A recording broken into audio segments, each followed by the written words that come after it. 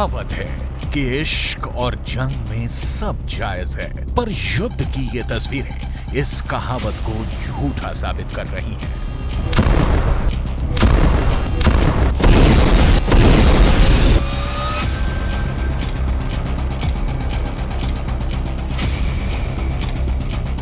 आशियाने खंडहर में बदल गए हैं।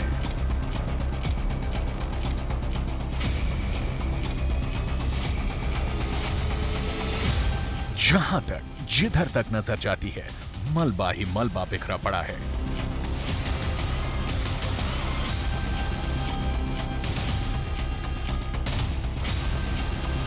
बमबारी और हमले के बाद की ये तस्वीरें लोगों का दर्द बयां कर रही हैं।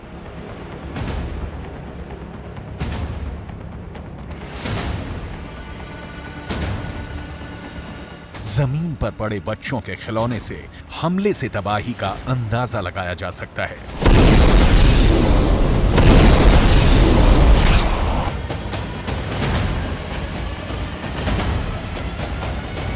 इमारतों की ढेर से निकलती ये लाशें युद्ध का मंजर बता रही हैं। ये तस्वीर कहीं और की नहीं बल्कि गाजा के शरणार्थी कैंप नुसैरात की है। इजरायल पर आरोप है कि उसने सेंट्रल गाजा के शरणार्थी कैंप पर हमला किया है, जिसमें 18 से ज्यादा लोगों की मौत हो गई है।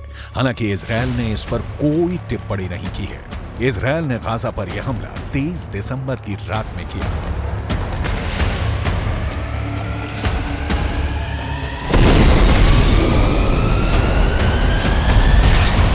हमले का वीडियो देखकर यह अंदाजा लगाया जा सकता है कि इजरायल गाजा का नामो निशान मिटाने में जुटा है। इजरायल गाजा के हर एक अड्डे पर निशाना बनाकर हमला कर रहा है। 7 अक्टूबर से जारी जंग में इजरायल ने गाजा को दुनिया के मैप से हटाने की कसम खाई है। इजरायल गाजा के किसी एक जगह को निशाना नहीं बना रहा, बल्कि वो चुन चुन कर उसकी रीढ़ की हड्डी तोड़ने में जुटा हुआ है। इजरायल ने गाजा बॉर्डर पर मौजूद रफा कैंप पर भी 24 दिसंबर की रात 2 बजे के आसपास हमला किया, जिसमें कई लोगों के घायल होने की खबर है। उत्तरी गाजा की बड़ी इमारतें हों या दक्षिणी गाजा के कैंप, इजरायल सबको मलबे में मिटाने की कोशिश में लगा हुआ है।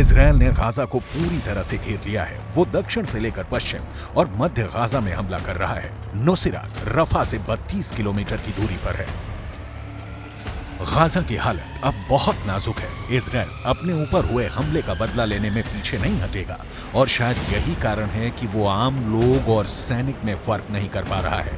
इजरायल ने साफ कर दिया है कि वो जब तक हमास का नामो निशान नहीं मिटा देता, तब तक वो शांत नहीं बैठने वाला।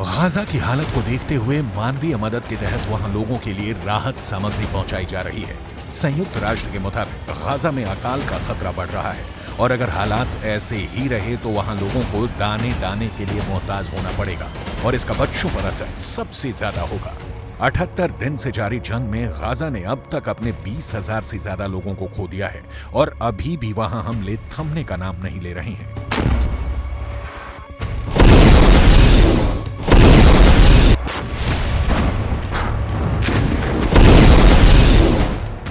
IDF यानी इजरायली डिफेंस फोर्स के प्रवक्ता की ओर से कहा गया है कि गाजा में भारी मात्रा में हथियार हैं।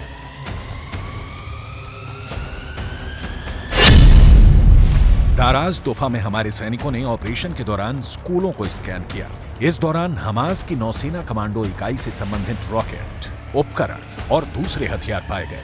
इजरायली बलों ने जमीनी युद्ध के दौरान हमास के एंटी टैंक मिसाइलों और रॉकेटों सहित लगभग 30,000 विस्फोटक उपकरणों को भी नष्ट कर दिया है या उनको जब्त कर लिया है।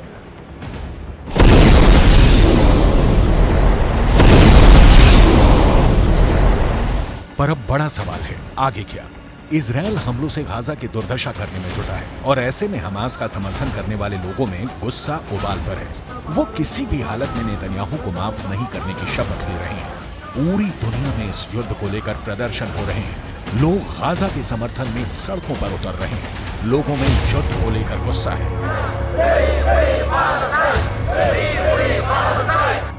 ये यमन है। यहाँ लोग हजारों की संख्या में इजराइल के खिलाफ प्रदर्शन कर रहे हैं और साथ ही अमेरिका के खिलाफ भी नारेबाजी हो रही है।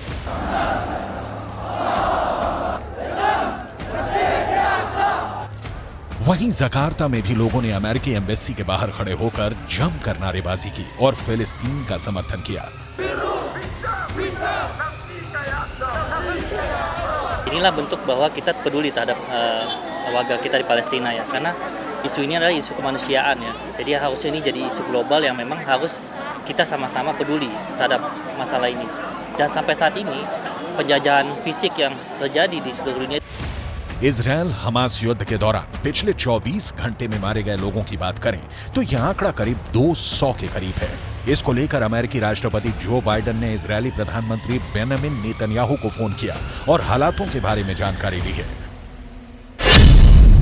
गाजा में इजराइल का आक्रमण हाल के इतिहास में सबसे विनाशकारी सैन्य अभियानों में से एक रहा है, जिसने गाजा के 2.3 मिलियन लोगों में से लगभग 85% लोगों को बेघर होने के लिए मजबूर होना पड़ा है।